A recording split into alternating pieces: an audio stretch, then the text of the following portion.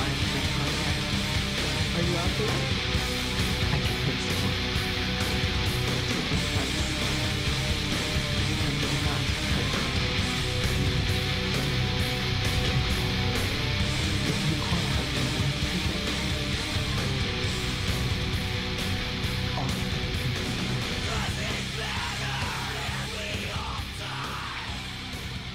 It's the Holy Hour Podcast, the all-cure bi-weekly podcast. Welcome and thanks for joining us. I'm Gavin. How you doing out there? I hope everyone is well. We got a very special episode for you today. I'm very excited to share this episode with you guys.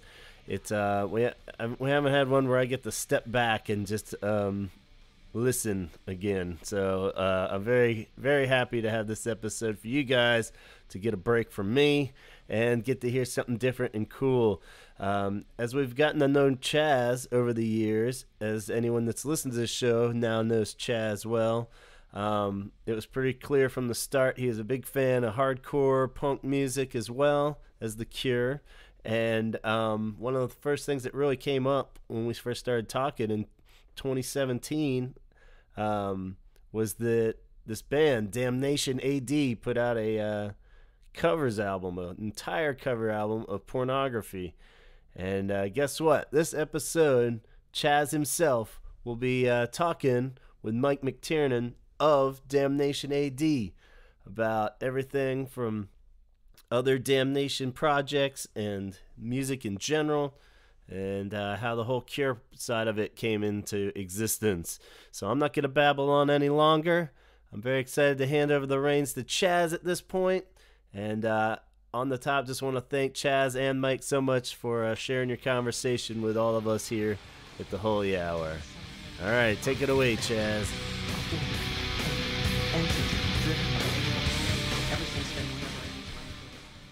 In 2017, the hardcore band Damnation A.D. released a full cover of The Cure's Pornography album. I've been a big fan of Damnation A.D. for a long time, and one of the reasons why is because the lead singer Mike, his ability with lyrics and the passion with which he sings those lyrics or screams them, depending on how you want to take it, has always impressed me. And when I found out that they were doing a full cover of Pornography, I counted out the days till it was going to come out. And it came out on Record Store Day. And I remember I was in line at my local record store only to find out they did not have it. So I had to find it online, and I eventually did. The night before it came out, my friend sent me a download code for it. So I downloaded it and had that set up, and I was sitting in line at the record store listening to it, just trying to find it on vinyl. But anyway, I was blown away, and ever since listening and becoming a part of this podcast, I've always wanted to interview Mike. He's a neat guy, very nice guy, and I've always wanted to pick his brain about his love affair with The Cure. Damnation A.D. covered the song Cold back in the early 90s, and they were the first band I ever heard cover The Cure. So, kind of blew me away that a hardcore band that I was a fan of would cover another band that I am obsessed about. So, this was a special treat for me, and I think you can hear it in my voice when I'm interviewing Mike, how excited I am to be doing this. And I hope you guys enjoy it. It was a fun time for me, and it was pretty cool bonding with him before the interview and afterwards. And send Mike some good wishes. He had a spill a couple weeks ago where he damaged his knee and had to get an operation. And he's trying to get better so Damnation can play, I believe, in Chicago in a couple months. But just, send him some good wishes and hopefully he gets better and gets back on the stage. But again, I hope you guys enjoy this. It was a fun interview for me, and thank you very much. Enjoy. Today I'm joined with Mike McTernan of Damnation AD. How you doing, Mike? I am very good. Thank you for having me. Other than your knee? Yeah. Other than your knee, which we hope it gets better soon. I'm going to, starting tomorrow, I'll have a brand new one, so it'll be good. Well, great. I'm glad to hear that. So we're going to talk about a lot about the Pornography album, but I really want to get a background for a lot of the listeners who've never heard of Damnation AD or haven't haven't been into your catalog as much as somebody like me or some other people that might be listening. What was your first musical experience that you can remember? Let's see. So, my cousins were very into, like, I guess at the time, like heavy metal, like Kiss and Iron Maiden and stuff like that. They were in bands down in Texas. And so, this was probably when we were like 9 or 10. We would go visit them and just get to see them practice. And we were too young to go see them play, but that really kind of got us into, when I say us, my brother, he ended up, both he and I have always been in bands since we were really young. Like he started his first band when he was like, I want to say 12 or 13. So, Oh, wow. Okay. So that puts, let's just say 13 and I'm 15. And so he started a band with Ken, who was also in Damnation. And so, but that's where we kind of got we were influenced to play music. It's through them, through our cousins. And, just kind of like, wow, people other than what you see on records can do this. Like real people that we know can play and learn an instrument. So that was kind of where we got our start to show us that, hey, we're able to do this. And then it just kind of grew from there. So I would say, that was the introduction. I honestly never really picked up on that kind of music. I never really liked, I never really listened to much metal. Didn't really do much for me. It wasn't until soon after that I started getting into more of like the 80s new wave stuff, that my music passion really began. Okay. And when was the first time that you got into The Cure? When did that happen? I would say the summer of 85 was 85 or 86, right? I want to say 85, though. Whenever Head on a Door came out, that was my first introduction to The Cure. And so listening to that record... How did you find that album? Oh, sorry. I'm sorry. How did you find that album? One of my closest friends at the time, his sister was kind of into punk and new wave, and we just kind of went with what she would introduce us to. She bands like Depeche Mode and Thomas Dolby and U2, and honestly, like her boyfriend was this punk guy, and he had all the bands written on his jacket, and what we would do is kind of like just take a sneak peek at his jacket and go and like listen to some of the music, because she was kind of like, hey, you stupid kids, leave me alone, like this is, but he was really cool though. He was, he really influenced us in terms of turning us on to new music and really leading us to some really great stuff. But I would say he is the one who first, I don't know if it was directly, I don't know if he was like, hey, check out The Cure, or if it was just kind of like, hey, I want to, or if it was me just kind of seeing something like I mentioned, like we were like looking at what he had written on his jacket and going and stealing some of her tapes.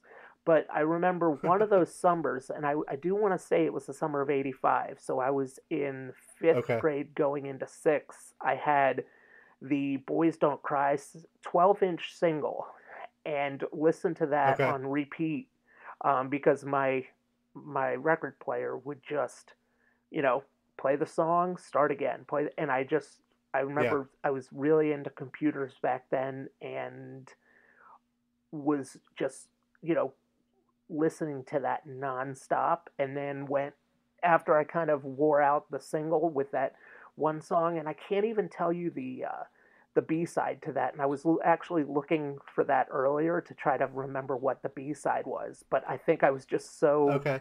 stuck on Boys Don't Cry that I just kind of left it like that, and I had the Head on the Door poster.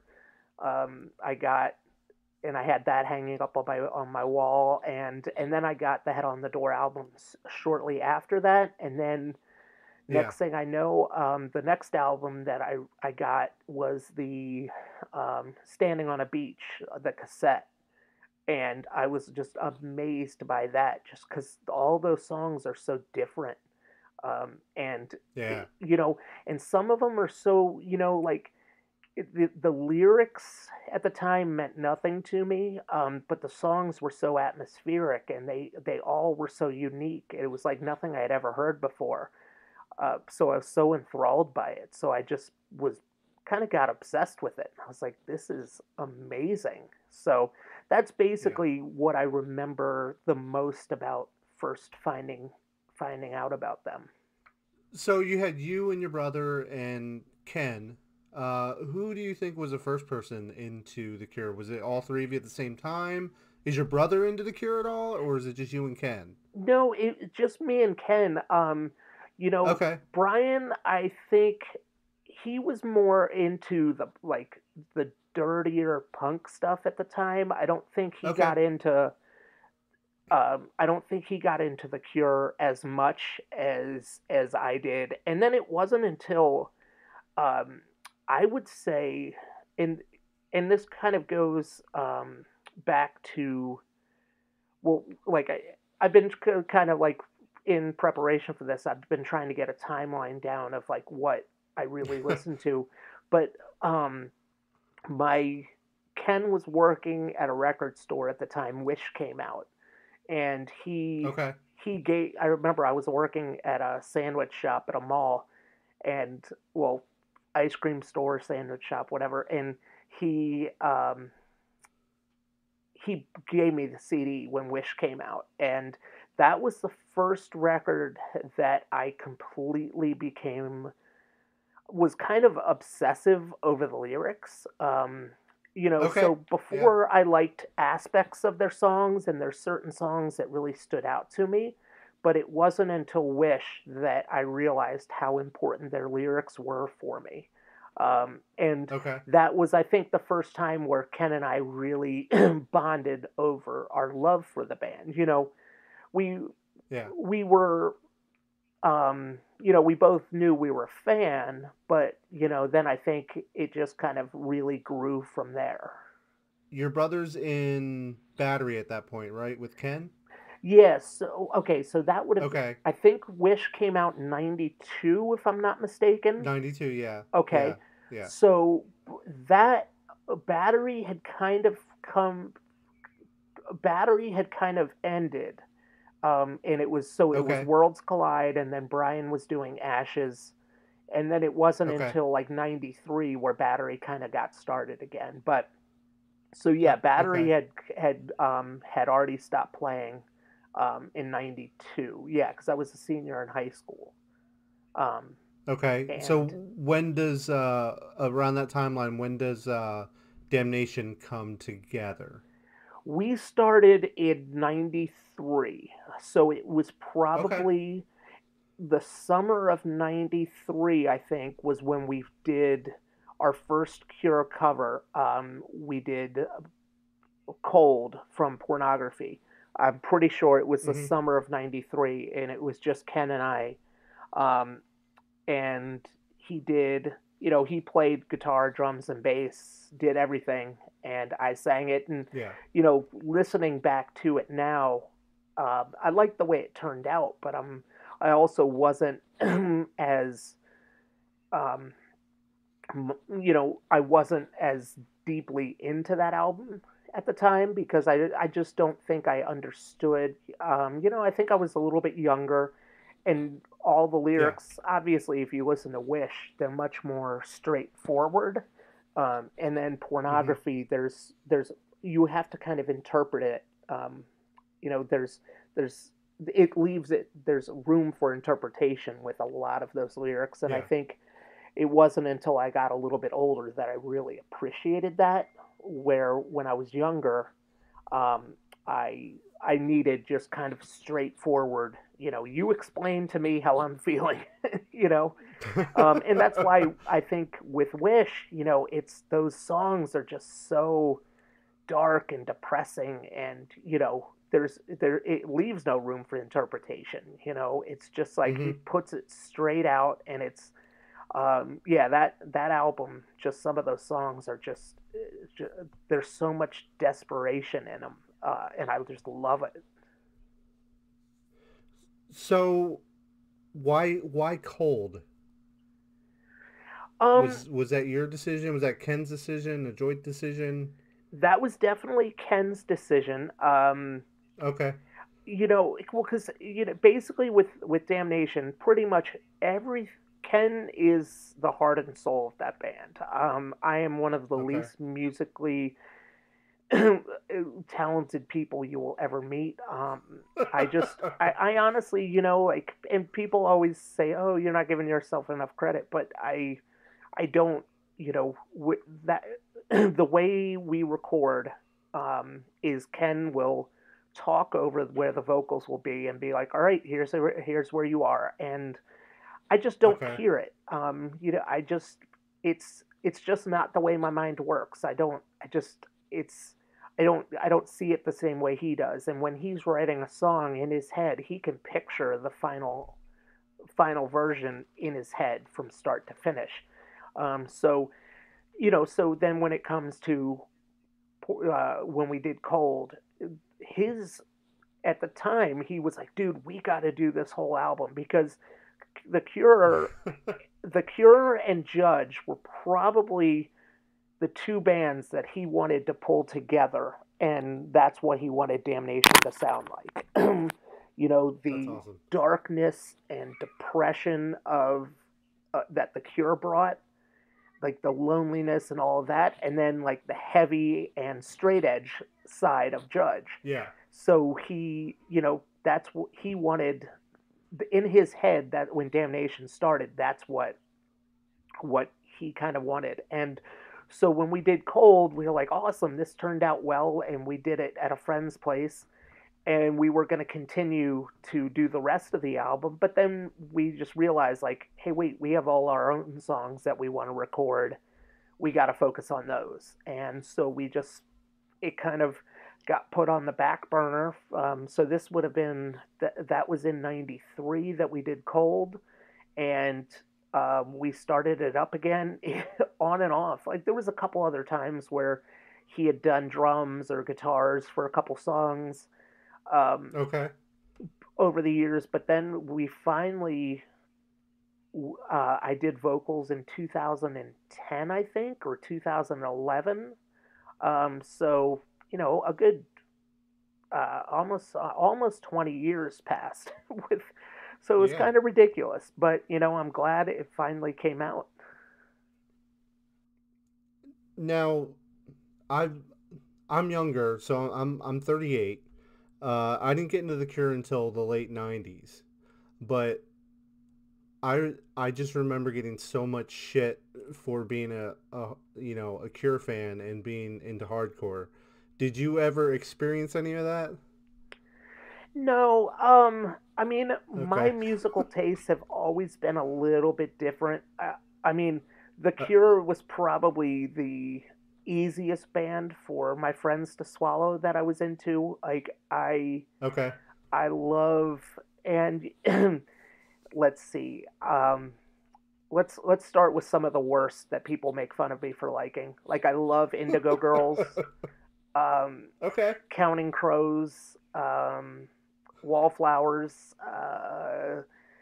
I don't know. I'm trying to think of a couple other bands that people are just like, oh my god, you're the worst. But I've always I don't listen to like music in terms of like, okay, this record sounds good, or like sometimes even the music itself, it doesn't really drive me. It's the lyrics that drive me, so when I Yeah. that's and but when but it's different though than when I first got into The Cure. I think I was too young to really understand those lyrics. It was just what attracted me to that at the time was I was fascinated by the sound of it. Because some of those songs are kind of creepy sounding. They're just there's a lot going on, and then it was just like, cool. Well, I like this band. I'm gonna check out their next record, and I didn't really, I didn't discriminate from one album to the next. I was just like, cool. Well, I liked album A. I will like album B and C and so on from this band. Whereas now I listen to something and if they've changed too much or it doesn't speak to me, I won't like something just because I liked their previous records. But for The Cure, I was like, cool. Well, I know I liked Head on a Door. I know I'll like Disintegration. I know I'll like, Kiss Me, Kiss Me, Yeah. Kiss Me. And, so it kind of went like that. Even though all of those records are very unique in their own way, I just kind of, I knew I liked them, so that's what I was going for. But I never really, people never really gave me too much trouble for liking that. I think because at the time, through when I was like, I would say 11th grade in high school, Ken and I were just really close, so we shared a lot of the same musical interests. He was into a lot more metal than I was. But, Okay. in terms of like liking The Cure, I think, people were just kind of like, oh, well, you also like Counting Crows. So, well, that wasn't until a little bit later. But, yeah, so, they gave me a pass on that. But you said people used to harass you for that? Yeah, just other hardcore guys just giving me shit about it, or I think a lot of them either just like busting my balls, or they just have this mindset that The Cure is this fraud and love band and don't really understand the depth of their catalog and how they basically started out as a punk band and went into some really dark shit like after that, with some of the heaviest and darkest albums that I can think of, and then came out of that and reinvented themselves, and with all the electronic stuff, and reinvented themselves again and again, and just kept pumping out amazing music. But I probably it's just me being sensitive, or just not being able to take a joke sometimes, I guess. But it just seems like it's a lot of hardcore fans are more into Smiths and Morrissey than The Cure, and that can always bring some tension here and there. Yeah, and I could definitely say that I was, more into The Cure growing up than I Yeah. was the Smiths. And I do appreciate the Smiths for what they are, but I think sometimes the lyrics are too, and I don't know if this would be the right word, but it's the first thing that comes to my head. It's like whimsical. I don't know for the Smiths. I don't know Okay. if I don't know if that even makes sense, but that's kind of like what's coming to my head right now. And he's a little too clever, I think. And sometimes I just want dark, and Yeah. that's what I think. So it's weird. So Wish probably has some of my favorite songs, and it also has the songs that I like the least. You know, it's it's so strange that one album is such opposite ends of the spectrum for me. But Oh, I absolutely. think one of the things about the Cure, which you know they kind of reminded me, I had the same feeling listening to them that I did Rites of Spring. Their lyrics brought the Okay. same feeling toward me, like that, like just lonely and broken heart, like just like Yeah. I'm this is what's going on in my life, and I am like torn apart by this, and so like I related to that. I related to that feeling of emptiness and loneliness that both bands brought me through their lyrics. And so, Yeah. I think I was surrounded by people who did have very diverse musical taste. I mean, we were punk and hardcore is what brought us together, but it didn't define Yeah. who we were.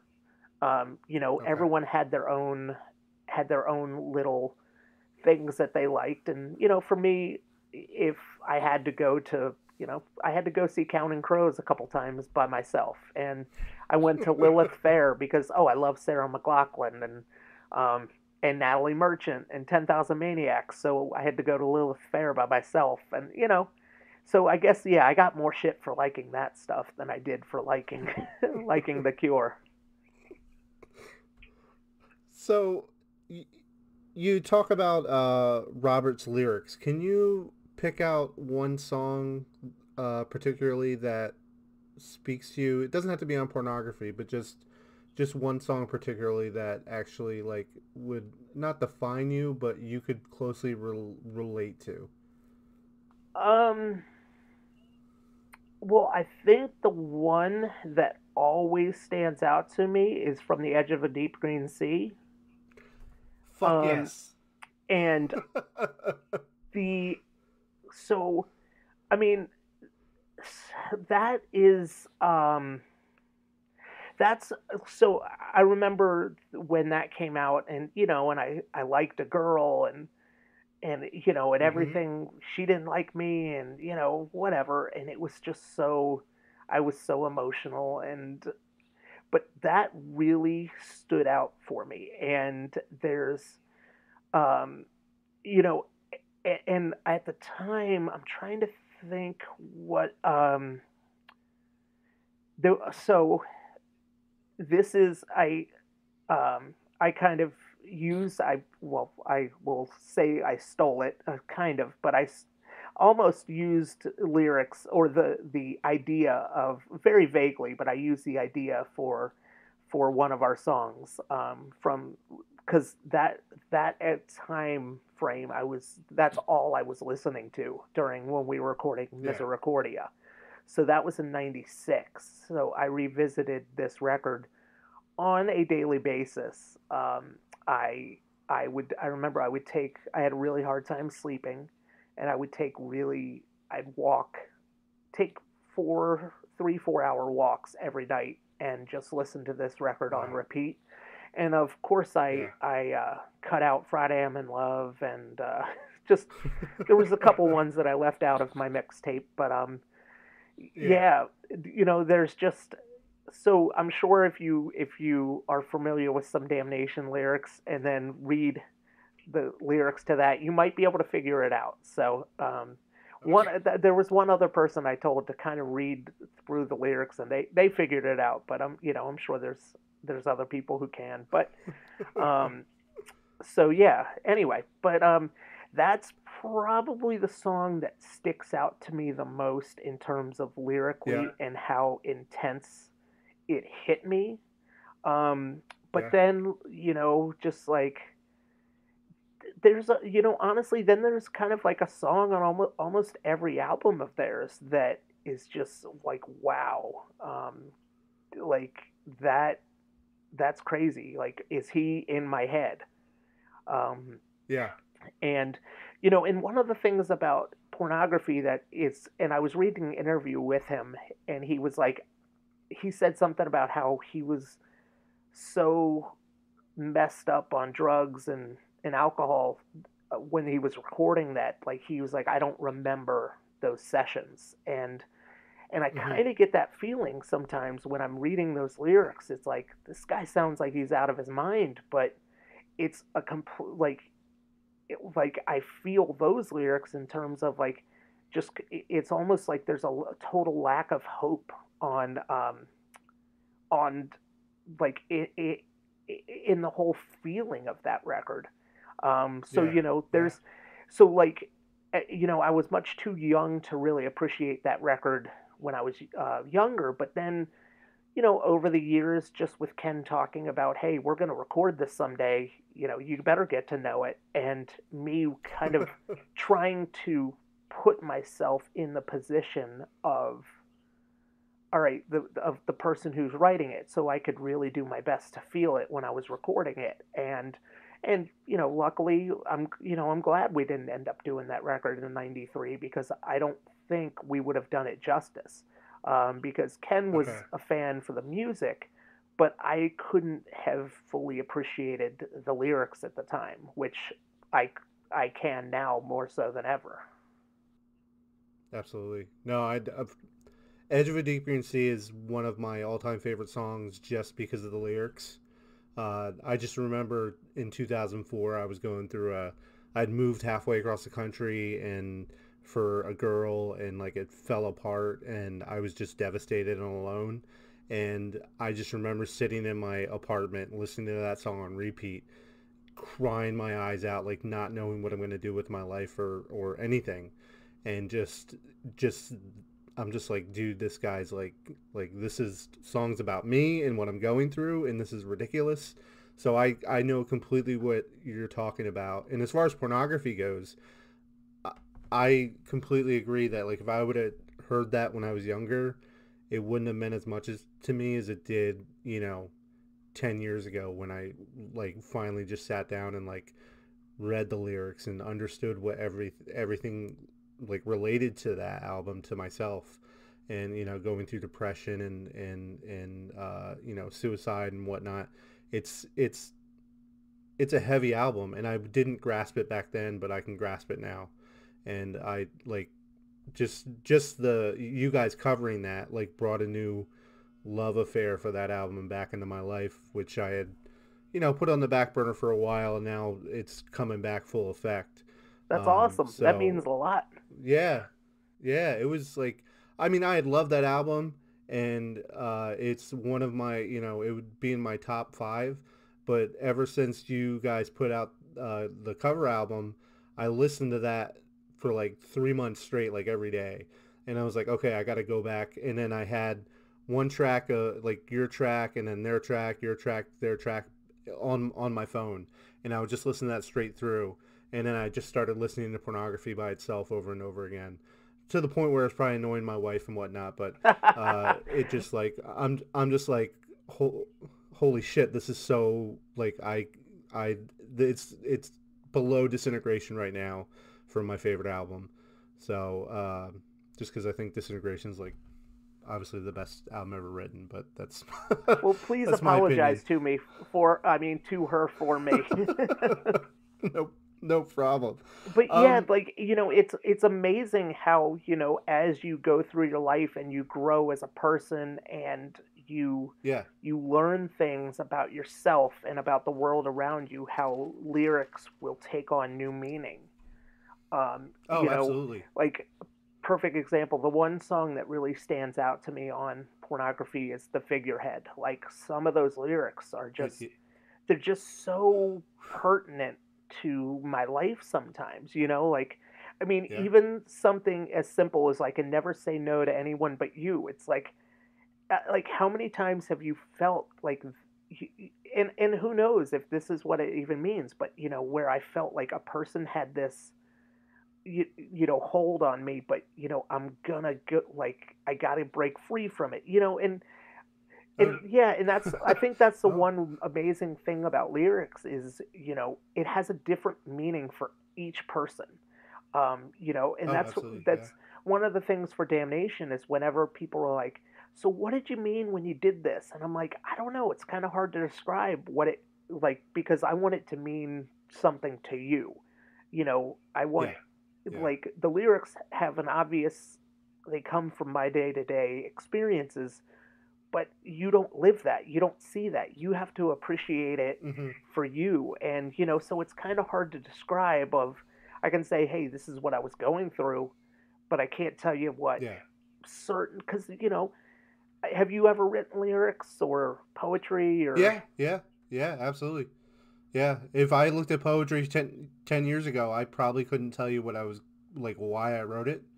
But, I completely get what you're saying. Like, I don't, like, if I read a Damnation lyrics, and your lyrics are great, like, I'm not saying that it's sucking up to you or anything, but I know other people are just, enthralled with your words, and Ken's music, but just, I think I never looked at them and thought, I wonder what Mike was going through when he wrote that. I'm looking at, why is this speaking to me? And why am I related to it? Or how am I related to that? And, and just go from there. Cause obviously you went through something to write those lyrics, and Robert went through something to write those lyrics, but I'll never know what they are. So, Yeah, and I need to find my own meaning in those lyrics. it's almost like, I sometimes equate it from, you know reading a book to watching a movie, because if you read a book, Okay. you're creating that scene in your head. When you're watching the movie, Yeah. someone else is telling that story and creating that scene for you.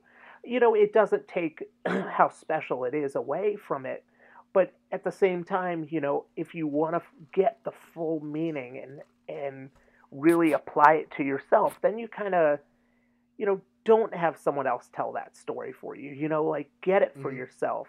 And this is something, kind of going back to my place in Damnation is, one of the things that Ken and I have a very special relationship in terms of, like, a lot of lyrics that he writes will come directly from conversations that he and I have.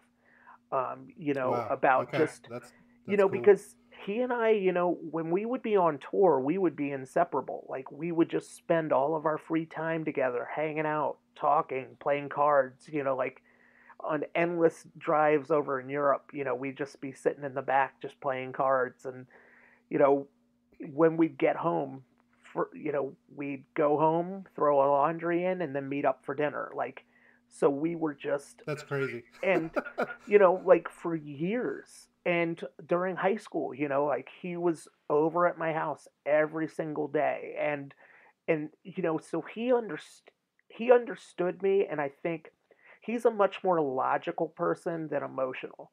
So he was able to Okay. take my emotional side and put logic to it. And, like, so I Okay. would just give him pages and pages of stuff, and he'd rearrange it to what he wanted. And then he would take what I had said and, like, turn it into lyrics. And, so I feel very lucky to have worked with someone like that, who is able to listen and then kind of, who knows me so well and kind of put everything to words that I feel comfortable using. And, and then, like, I remember sometimes, he would just be like, hey, when we were recording it, he'd be like, yo, man, this line made me think of you. Like, I want to hear that when it comes out of you, kind of like the pep talk. Yeah. And, Yeah. and so he would pick out certain things, just, and I was like, wow, like, that's the way he and I work together.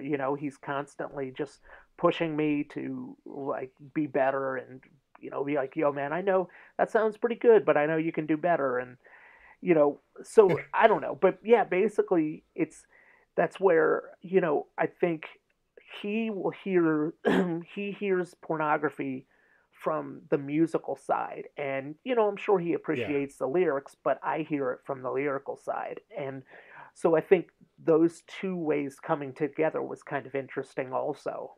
Yeah. And it just made it a lot of fun. He really inspired my love for this record by kind of pointing out little things that he would be like, yo, man, this made me think of you. And this is, you'll love this line and you'll love this. And I was like, oh, cool, and to the point where, like, I became obsessed with that record, and you know, and I think years of stops and starts and stops and starts of recording this and then finally getting it done was just, it was so special when it finally came out. So it took since you said around 93 was when, or 94 when you recorded Cold? I think Or it was was that a little 90. bit I want to later? say 93. I could be off by a Okay. year, but I'm almost positive that 93 we recorded it with our friend Isa in Atlanta Okay, yeah. um, on the last Worlds Collide tour. I think we were there for a couple days, and I'm Okay. pretty sure that's when we did it. Okay. When was the bulk of material for Pornography recorded? Or I know you were saying that it was, you know, he would Ken would record here and there, but was there ever just a time where he just sat down and banged out a bunch of it, or was it just, you know, just little by little? Yeah, well, so that would probably be like, you know, little by little throughout the 90s and then early 2000s. But then I think in the late, you know, like 2008, 2009, stuff like that, like he started recording drums himself. And, Okay. you know, because there was just lots of, there was just motivation on both of our parts. Like, okay, you know, let's do this. We have the ability now. Like, we recorded most of it in his son's bedroom. Um, you know, so Oh wow. where Okay. his son's crib is right now, that's where I did vocals. So That's um, awesome. it's, you know, I'm trying to think. I want to say like 2008, 2009, he started working on it again. And then, you know, things just kind of, life got in the way. He ended up having a kid. Hmm. So he just got busy. And then around 2011, um, wait, he had his kid in like 2011, I think. So right before that, we were just like, okay, you know, let's get this done. But so he had done the drums himself, and then he started doing guitars, and then he realized he didn't like how the drums sounded, so he had one drummer play on them. Then he didn't like how the sound of the drums, you Okay. know, the like the sonic version of the drums. So then he had our friend Colin do some of them, and Colin did some of them in the U.S. and then Colin moved to like Australia or something and sent him some versions of it. And so like there's parts of this record that were recorded in Ken's bedroom, in a studio in Baltimore, and then other parts were recorded over in Australia, I think. And you know, so he just, you know, in his head, like, and that's how he is. He wants things done exactly the way he wants them done. And to me, I'm just Yeah. like, dude, I got these demos that are of his drumming. It basically just sounds like a drum machine, um, a scratch guitar, and then me, with no sorts of nothing, you know, no filters or nothing on my vocals, so they just sound super raw. And in my head, I'm like, oh, we could have done that, and you know, that's just me not being patient. And you know, and he was like, cool, you know, like I'm gonna do what I want to do. You just wait and see how great this is gonna sound. And so yeah, you know, I'll try to find one of those and I'll shoot it off to you just so you can get a feeling of Oh, that'd be what we awesome. are originally working with, and where I was Yeah. like, dude, let's just put this out, and he was like, no, I'm not doing this. Like, you have to just be patient, basically. And so yeah, but you know, but at the same time, you know, you get that raw feeling. It's kind of like when the Cure went and re-released a lot of those records. You know, um, Yeah. you have like a lot of extended versions and instrumentals and demos and all this other stuff. So that, you know, like someday I feel like we could kind of do that as like all right, we have this session and this session and this one, and this is how it finally came out. I think it would kind of be neat for people to hear, Yeah, definitely. like, okay, this is what we were kind of building from, and this is what it kind of ended up coming out as. Now, did you re-record Cold for the album? Yeah, we re-recorded everything. Okay. Just Okay. I think, especially with with that one, we felt like, all right, I mean, it just, yeah, it would have, that was recorded so long ago on, when we really didn't know what we were doing in the studio Yeah. either, because that was like the first real studio that we actually recorded in. And it's come out on so many different CDs. Like it came out on a CD in Europe. Jamie from Hatebreed put it out on a split 7-inch with a band called Deadbeat, if I remember correctly. Yeah.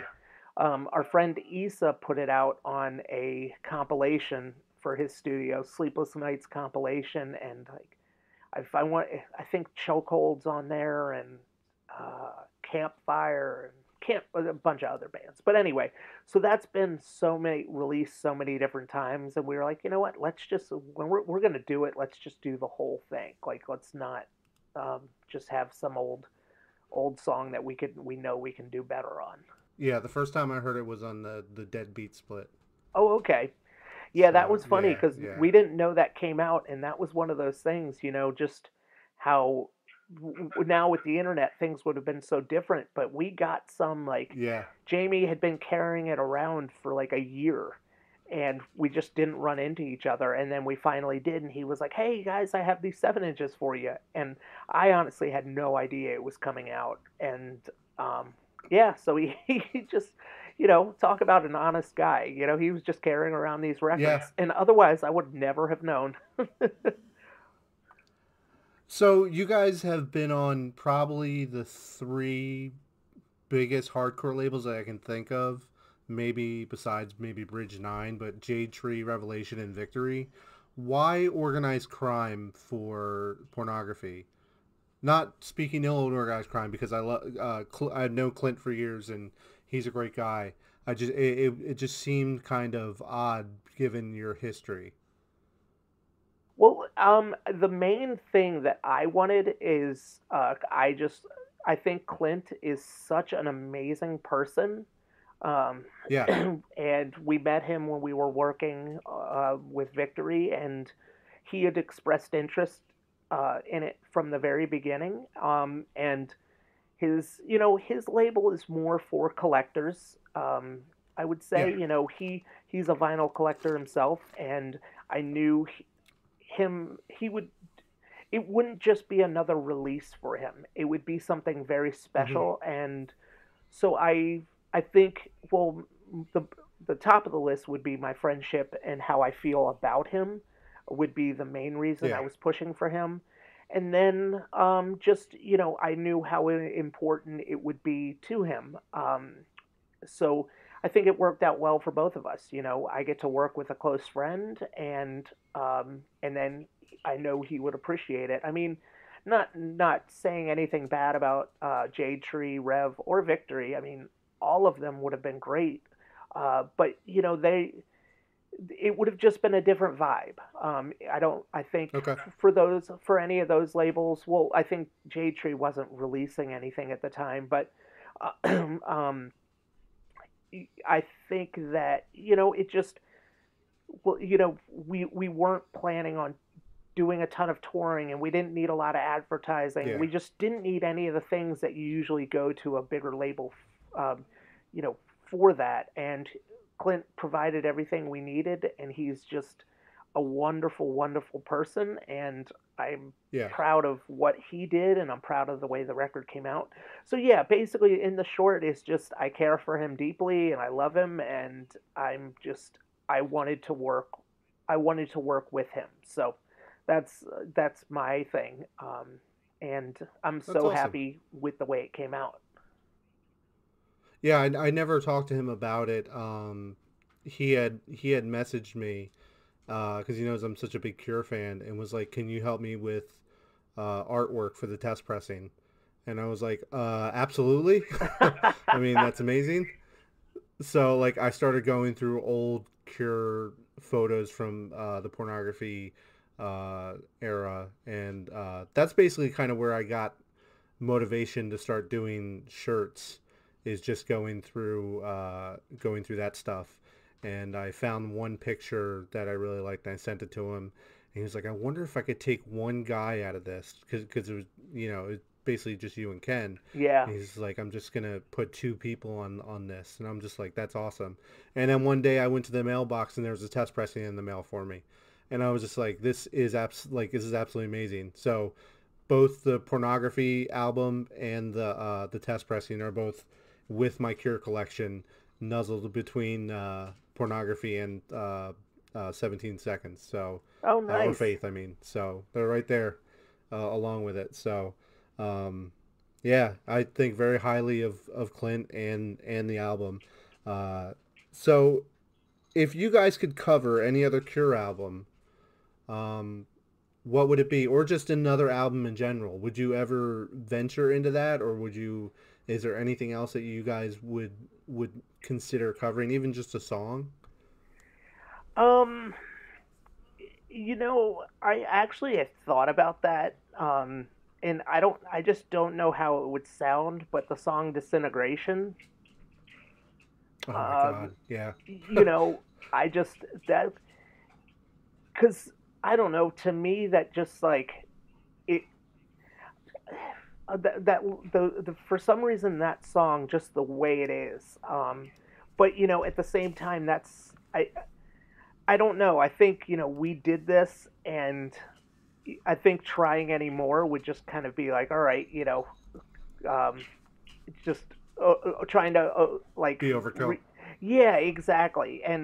But for some reason, like when I listen to Disintegration, I'm like, I wonder if I could do that. But it would be with the way my vocal style is. I think, with how those lyrics just don't stop. I'm like, what am I getting myself into? Yeah.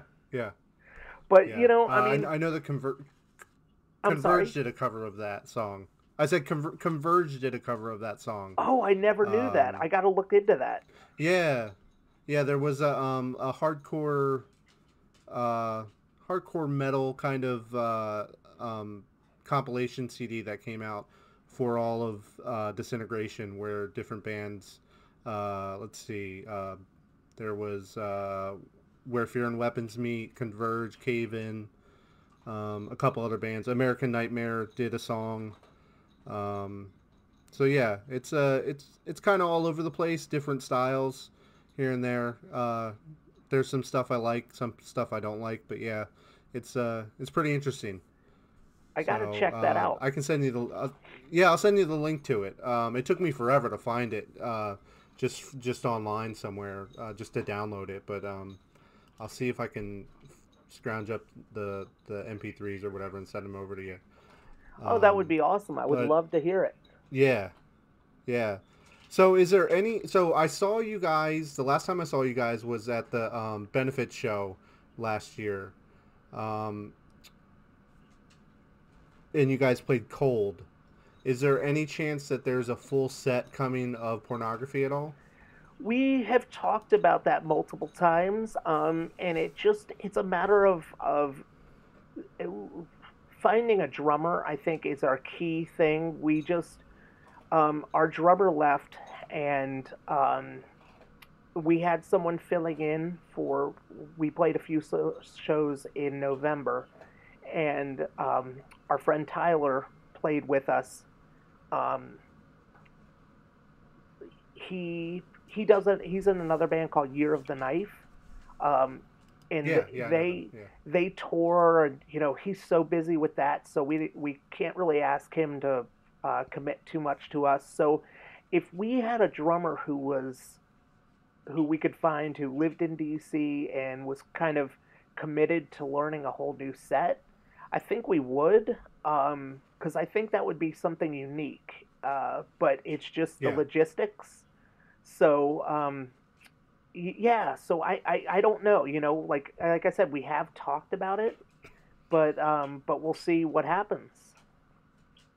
Yeah, I I don't think I'd be able to contain myself. So that was just seeing Cold live, like, just was an amazing experience and probably my highlight of that night. Um, so Pornography as an album, do you? I know we talked about lyrics.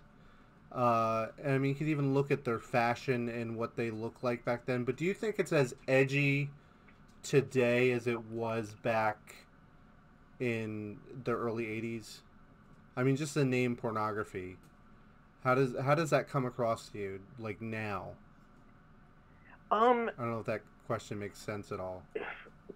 Well, I think music as a whole is it's I'm trying to think of the best way to describe it. Is I don't think it is as it's not as in your face in terms of, you don't have, we went through everything with the PMRC and all of that, with lyrics and so I don't think people are as surprised by anything or as offended by lyrics as easily as they were.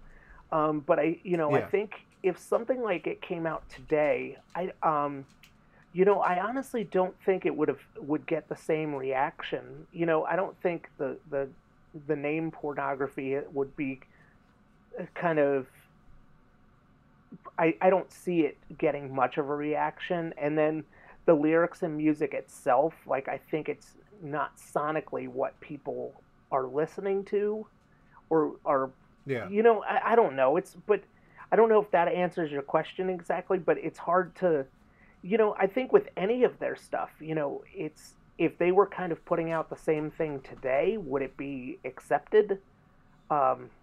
Would they have gotten such, such good following from it? And and now that I'm thinking about it, I don't think that answered your question at all, but it kind of brought my mind to No, it's elsewhere. fine. It's definitely it was a question that just kind of popped into my head because I was thinking of, like, I think I was putting together my Pornography shirts, and people were like, I don't want Pornography as the Cure on the front of it because I don't want to upset people, or I don't want to whatever. And I'm like, does this still upset people today? Like, just that word, or just the notion that like, of pornography, is that really that big of a deal? And, like, then I thought of the record. If it would have come out today, is it as edgy or thought provoking as it is today, as it was back then? Well, So yeah, I think that was the inspiration of the question. but you think of, like, a lot of these bands, so they have like curse words on there, and fuck, and I don't know. I think there's a lot of things now that are much more offensive than that. And I think people just, it's so common to see things that I think people don't pay as much attention. But that does bring up a pretty interesting thing that I'm very conscious about. And one of my favorite bands is Bayside. And well, actually, that's a band that everyone makes fun of me for liking. But anyway, so, and then this ties into Clint is, so when Bayside was on Victory, and they have these Bayside sweatshirts, and in huge letters across the back it says Cult, and I just don't want to wear something that says Cult, and so Clint made me a sweatshirt without that on the back. So it's a one of a kind Bayside sweatshirt without Cult on there, and so I think different things affect different people. Like, I know people wouldn't pay much attention to it, but in my head, I'm more conscious of things like that. For some reason, that word just strikes me, and it bothered me. So I was just like, I wish there was a few of their shirts that I loved, but I just won't wear it. So, I think, I guess I don't look at Pornography as bad as a Cult, but it depends on where your interests are. Yeah, I think some people take it as like a sexual like innuendo or as a meaning, but to me it goes back to the Supreme Court case over pornography where the justice said pornography is when you'll know pornography when you see it, Uh-huh. meaning that it could just not be sexual. It could be anything that you see that's exploitative or in your face or just, and it could be anything that you take it as. So that's what I took pornography as, like as a title, and as like when I was making those shirts, I didn't I know some people see it and think of something sexual, but I mean I don't think there's really anything sexual about it when it comes to like the Cure. Yeah. So yeah. So, is there? I know you guys are. You live in New Jersey now, right? Yeah, right. Right across the bridge Okay. from Philly. Okay, and then Ken still lives in D.C. Yep. Right outside the city. So he actually lives at the same house he grew up in. So he's gotten lucky. Oh He hasn't wow, had to that's move a cool. bunch. Yeah, absolutely. So, is there any future plans for Damnation as far as recording music? Um, we've talked about it. It's just I think it goes back to the drummer. Okay, Just yeah. I mean, I'm always writing. We have the ability in terms of studios. My brother just opened his studio again, and I would love to record with him. Mike That's Schleibaum from awesome. Darkest Hour has a studio, so it's available. And so it's Okay. just, and Ken can write songs so quickly, and so yeah, I think it's doable, but it's just um, finding a drummer. So if we can ever nail someone down who can commit to it, then it's very possible because we've definitely talked about it. Well, if any of our listeners play drums Yeah, and if don't mind anybody's in moving the to DC DC, area and plays drums, you want to play something a little bit heavier, let us know. that would be awesome. So The Cure is possibly coming out with a new album at the end of this year, and they are going on a world tour, starting with the festivals that they're playing this spring, and then probably coming over to the U.S. in the fall. Are you excited about a new album? Are you excited to go? Are you going to make an effort to go see them at all if you have the time? I definitely am excited about a new album. I've never Okay. seen them play. I don't Really? I don't really care for big concerts.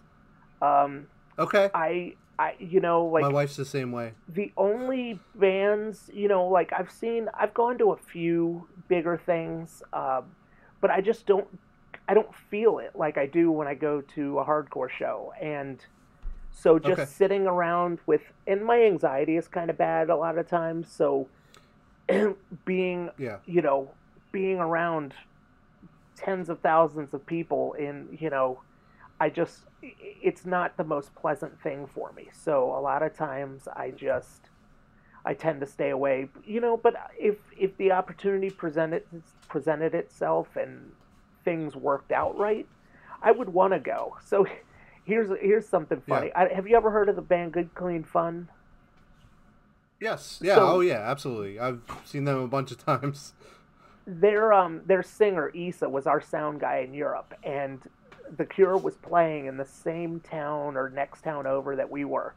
And Issa, in all his brilliance, was like, "Yeah, you know what? We'll just go over and we'll tell them we're American and act like we know what we're doing." And I don't remember correctly, but I think he went in and just kind of talked his way into the show because I could never do that. But I'm with him. He Yeah. has nothing stops him. He's just like, "Oh, cool, I'm going to go do this," and doesn't even think twice and does it. So, but that would have been my opportunity to go see The Cure. But every other time, something else has come up. But someday I may. You know what? I would like to, especially after like one of my Paris is in my top 5 of their albums. Just Okay, yeah. that live recording is just brilliant Yeah. to me. So if you Yeah. know, if I know that I could get some of those songs or that mix of songs, it would be worth it. Yeah. I Yeah, just worry about I hearing saw like them- Friday I'm in Love and what is Yeah, you just kind of take it good with the bad kind. it? Yeah. I saw them in 2016 twice.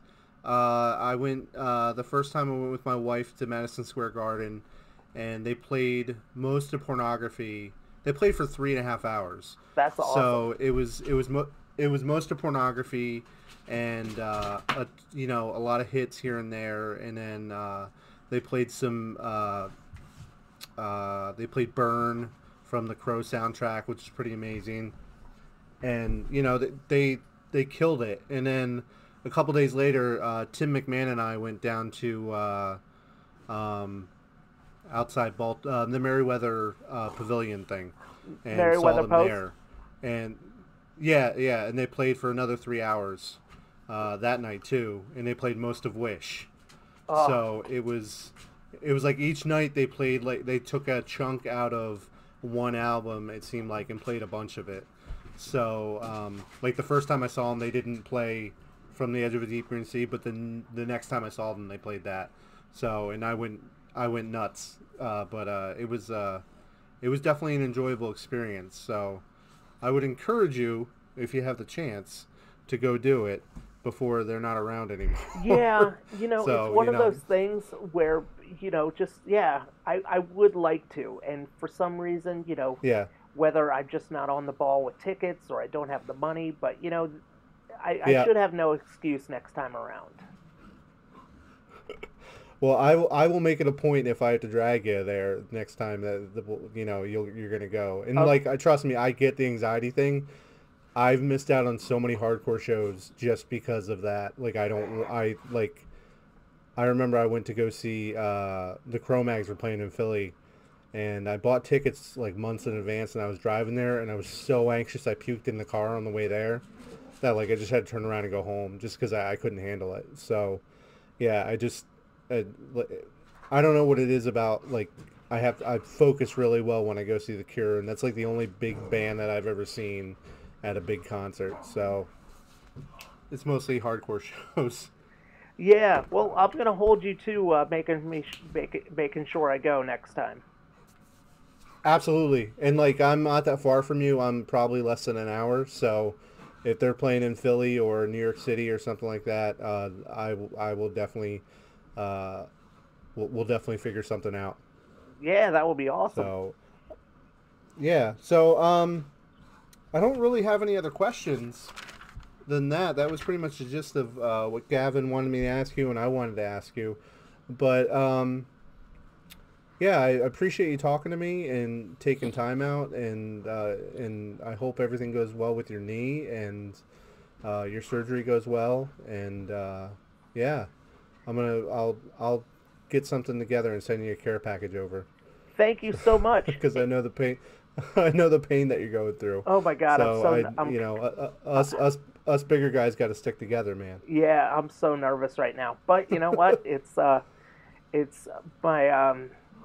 my girlfriend's daughter's birthday. She turned 11 today, and so we're gonna go have cupcakes. I had so that's gonna be my last meal, and things will be good. So that's a good last meal. Yep.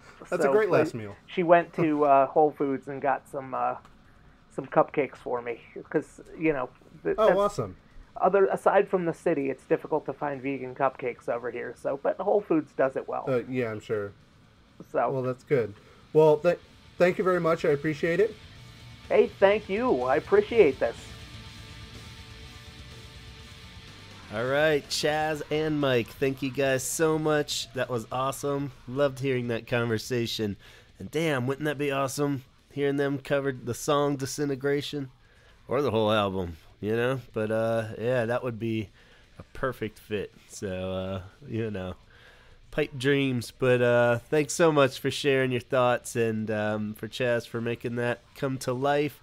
And be sure to go on over to Spotify where you can hear Damnation AD originals as well. And then take it one step further even and go over to crimescenemerch.com, and you can pick up a copy of Pornography, the LP there, as well as t-shirts and other Damnation AD merch. All of it's over there, so go track down this album, the cover album of Pornography, and you won't be sorry. We'll also put the links for all those in our Facebook page, where I'll also throw up a link to a YouTube clip. It's about 18 minutes, a really cool little feature on Mike and Ken talking about the process and behind the scenes of making Pornography, the tribute album as well. So head on over to our Facebook page and check all that out. And aside from that, just subscribe on iTunes if you get all the latest and greatest from the Holy Hour podcast. If you want the old episodes, head on over to YouTube. They're gradually coming up there, so you can catch 1 through about 30 something on YouTube, and we'll keep catching up over there if you want to hear the oldies. But just follow us on Instagram for other updates, the Holy Hour Podcast, or contact me directly at gavinconner@gmail.com. Again, a super special thanks to Mike and Chaz. Be sure to check out Chaz's Cure t-shirts as well at 17secondsshirts.bigcartel.com. And you can catch all the cool ones as they pop up. Get some pre-orders. There's going to be more Great Disintegration shirts on the way, as well as a few little side project ones, so you never know what's gonna pop up, but you won't be sorry. So go over there and follow him on Instagram as well. It's 17_seconds, so you don't miss out. And then until next time, we got our 100th episode coming up next. It's gonna be epic. What will we do? How will we celebrate this epic moment? They thought we would never make it past 13 episodes, but here we are, 100 episodes. So we look forward to celebrating with you in just a couple weeks. So keep your ears peeled, and we'll see you then. Thanks so much for listening. Talk hard.